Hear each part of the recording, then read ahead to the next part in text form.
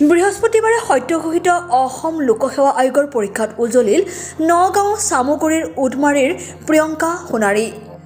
৮৮ number স্থানেৰে উজলি উঠি অঞ্চলটোৰ লগতে জিলাখনলৈ গৌৰৱ কঢ়িয়াই আনিলে মেধাৱী ছাত্ৰীগৰাকীয়ে। নিতৌ কেইবা ঘণ্টা ধৰি অধ্যয়ন কৰা মেধাৱী ছাত্ৰী প্ৰিয়ংকাৰ প্ৰেৰণাৰ উৎস আছিল লগৰ বন্ধু বান্ধৱীৰ লগতে পৰিয়ালৰ লোকসকল। মোৰ নাম প্ৰিয়ংকা সোণাৰী হয় আৰু উদমাৰী চামগুৰি সমষ্টিৰ উদমাৰী। বহু ভিতৰুৱা অঞ্চল হয়।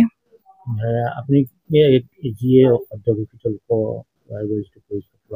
কিমান ৰেংকত?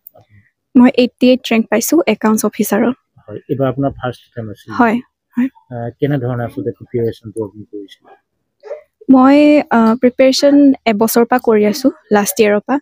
আৰু যিখিনি মই চিলেবাছ সেই তাৰ পৰা পঢ়িছোঁ আৰু ইউটিউব এইবিলাকৰ পৰা পঢ়িছোঁ মেটেৰিয়েলছ কালেক্ট কৰি। সদায় পঢ়িছিলোঁ মানে সেইকাৰণে। আৰু আপোনাৰ যিটো একাডেমিক লাইনত সেইখিনি আপুনি কৰিছিল? মই স্কুলিং চামগুৰি হায়াৰ ছেকেণ্ডেৰীৰ পৰা কৰিছিলোঁ, তাৰপিছতে গ্ৰেজুৱেশ্যন নগাঁও কলেজৰ পৰা জুলজি বিষয়ত আৰু মাষ্টাৰ্ছ USTMৰ পৰা, তাৰপিছত BEdো কৰিছোঁ নগাঁৱৰ পৰা। মানে কেতিয়াবা এনেকৈ ভাবিছিল নে নাই যে ইমান ভিতৰুৱা গাঁৱৰ এগৰাকী যুৱতী হৈ এনেধৰণে এটা ডাঙৰ ৰেংকত পাব বুলি?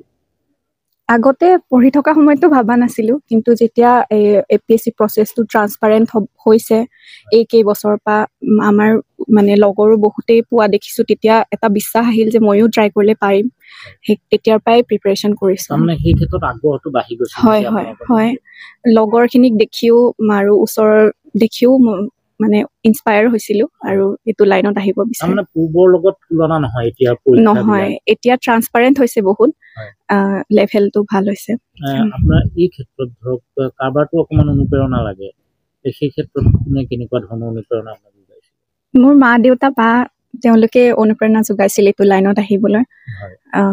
পঢ়াত সেইখিনি যিমানখিনি হেল্প লাগে কৰিছিল চব ফালৰ পৰাই। সেইকাৰণে। ঘৰত কোন কোন আছে এতিয়া? মোৰ মা দেউতা আৰু বা আছে। দেউতাই কিবা কৰে? মোৰ দেউতা টিচাৰ আছিল, এতিয়া ৰিটায়াৰ্ড হ'ল হাইস্কুলৰ। মাও ME স্কুলৰ টিচাৰ আছিল, এতিয়া ৰিটায়াৰ্ড হৈছে। কেনেকুৱা আপুনি সুখী নে আজি ৰেংকত? সুখী হয়, কষ্টৰ ফলটো পাইছো বুলি ভাবিছো। আৰু কেনেধৰণে আগন্তুক দিনত কাম কৰাৰ আশা?